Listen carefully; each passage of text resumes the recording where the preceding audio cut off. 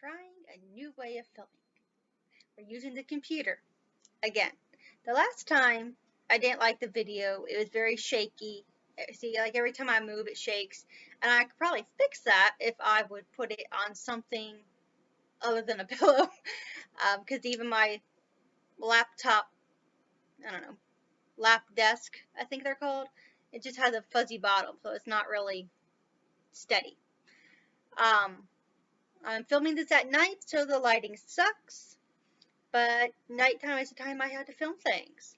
And I hate filming things at night because then I have to have the overhead night light on, and then it reflects off my glasses, which drives me nuts.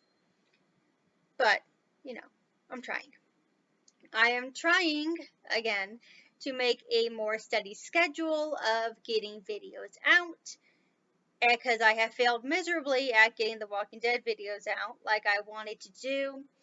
I even have AMC Plus, so I get them earlier than they even air, but it hasn't really happened. I've tried. And especially since I realized I only have like one more or two more episodes, and then the season rather, is over till I think fall.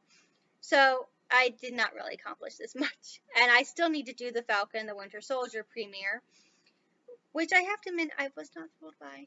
I was not thrilled. I'm hoping tomorrow's episode is better. That's right, filming this Thursday night. I got off a little bit early tonight, so I thought, why not? I came home, had some dinner, watched my new favorite show, Star Trek Discovery, which might pop up in a video or two eventually, put on my new Hufflepuff shirt, and I thought, hey, let's see if I can film something. And it would be so much easier if I could do it on the computer, because Google takes forever to, when I film it on my phone, it's supposed to be backed up into Google, but then I go on the computer and it's not actually in my account, so I can't download it onto the computer so I can edit it and crap. So if I could just film it and have it on the computer in the first place, that'd be great. But anyway, today I thought I would talk about why I have kind of chosen to be more Hufflepuff than Slytherin. It kind of ties into the whole, I guess, unity stuff I've been talking about on Facebook somewhat. And how everything is very divided right now. It's this and versus that, and that versus this, and everyone is very, very divided. We're not united in the slightest over anything. And if you have followed me anywhere on Facebook or Instagram, I don't do Twitter. If you have followed me at all, you know that I am very much for uniting people about what they like versus what they don't. And Slytherins are not like that. I did a little study on Hufflepuff. So I decided, after being sorted into Hufflepuff, I wanted to learn a little bit more about this new house that I've been sorted into. Besides the fact that just my new cosplay is Tonks, who is obviously Hufflepuff. And I just thought, well, let's learn a bit more about that. I learned a bit more about Slytherin when I first sorted. And like I said before, it does fit me in some ways, and other ways it really doesn't. But one thing that really struck me is Hufflepuff, and we're going high tech this time.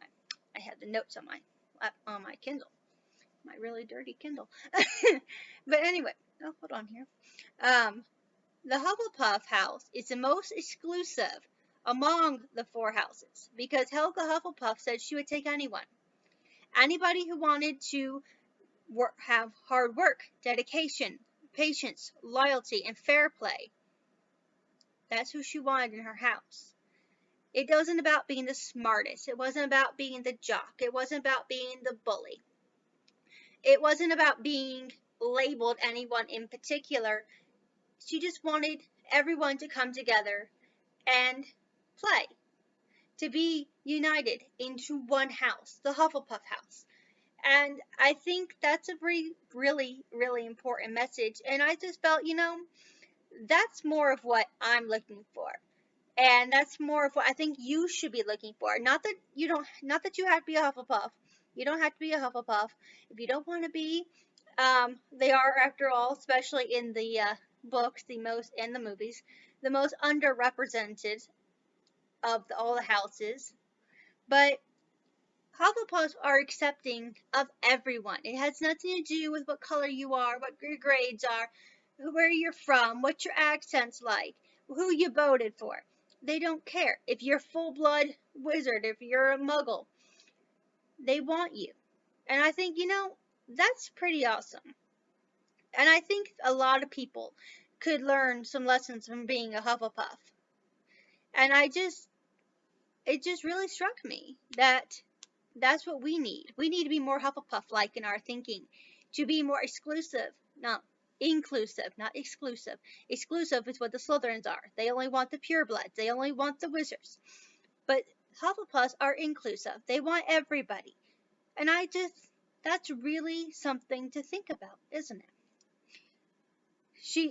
Students in Hufflepuff are known to value everyone, treat them as equal, regardless of their status, regardless of their color, their religion. And it is known in Hogwarts, they said there was at least one Jewish student.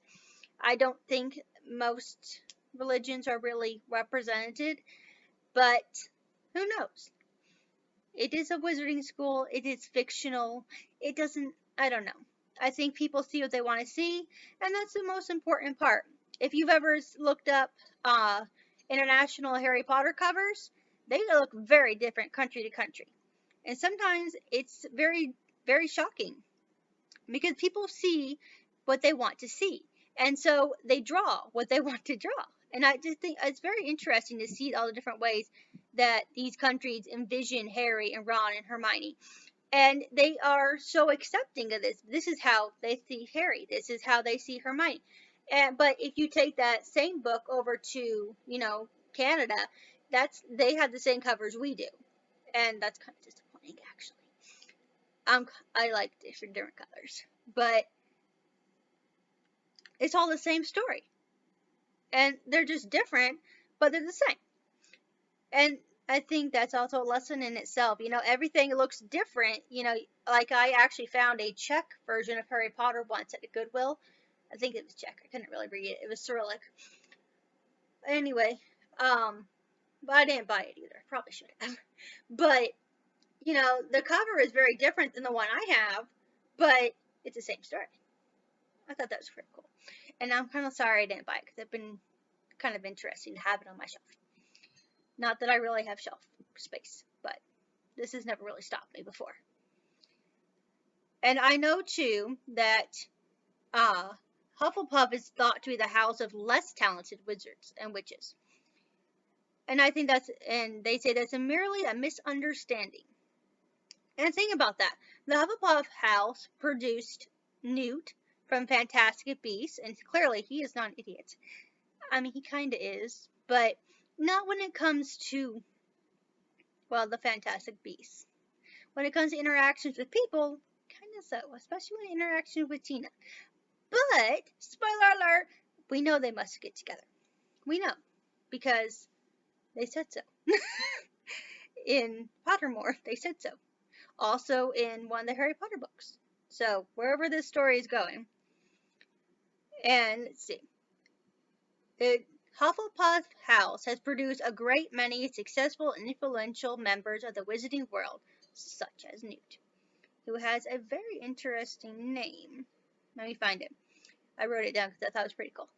His full name is Newton Artemis Fido Scamander, which is a very long name. And what is it with the wizarding world and these weird names? I mean, Fido? Really? Your parents hated you that much, Newt? I don't think they hated him. I think they didn't understand him, but I don't think they hated him. What makes Hufflepuff different from the other houses is they don't tend to boast about their accomplishments. They are some of the most accomplished wizards, actually, taking Newt and even Tonks into consideration, but they don't go around, say, like the Slytherins or even the Gryffindors do, for that matter, the Ravenclaws. They don't care. That's who they are. You accept it, don't accept it, they're cool with it. But I think that's also something very interesting, that they don't boast. Like everyone in the Gryffindor house, they were the Quidditch team. Obviously, they each had a Quidditch team, but they felt they were the best, and they would tell you that. But same with the Slytherin. And the Ravenclaw obviously were the smart ones, supposedly, because Hermione wasn't a Ravenclaw, which is kind of curious. But, alright, whatever. Then again, this is the same girl who captured Rita Skeeter as a bug and kept her in a jar for a year, which kind of would make her more of a Slytherin in my opinion. But, you know. And here it was the final thing for me to turn from the dark side of Slytherin, which I still have a lot of Slytherin stuff, and I don't feel I'm going to get rid of it anytime soon, because there are some attributes to that I still like. But the one thing, besides the fact that the Hufflepuff is so inclusive, that I decided I'd rather be Hufflepuff, is because during the Battle of Hogwarts, the entire Slytherin house walked away. Not even all the Ravenclaws stayed, but only Gryffindor and Hufflepuff, only their houses stayed to fight. And I thought, you know what? I don't think I want to be associated with the house that just walked away from this great battle. And FYI, the book battle is way better than the movie battle. And that was a huge disappointment for me. But, And I don't know. That just made me think, I don't think I want to be Slytherin. I didn't really ever want to be, so to speak. It's just where Pottermore first put me. And so I thought, well, okay, I can be Slytherin. And I like the colors best. But it never truly felt a fit to me. So I've decided to go with my second sorting, which was Hufflepuff. And I have tried many different sorting quizzes other than the official one, and I've gotten pretty much every house. So, take it what you want. I can be what I want whenever I want. So I've decided I can be Hufflepuff. Yeah. Alright. I think that's it for the night. I'm going to see if I can edit this video and maybe post it soon. I do have a couple days off now, so I'm hoping to get to the Walking Dead and the Falcon and Winter Soldier videos. I do have a list of videos that I want to be doing, so if you got an idea for a video, let me know. I'd love to know about it. Maybe I'll do it, maybe I won't. You got anything you want to do an unboxing or review for? Let me know, leave a comment. If I have it or can get it, I will consider it. If you want to send it to me, I'll definitely consider it. So, let me know. Have a good night.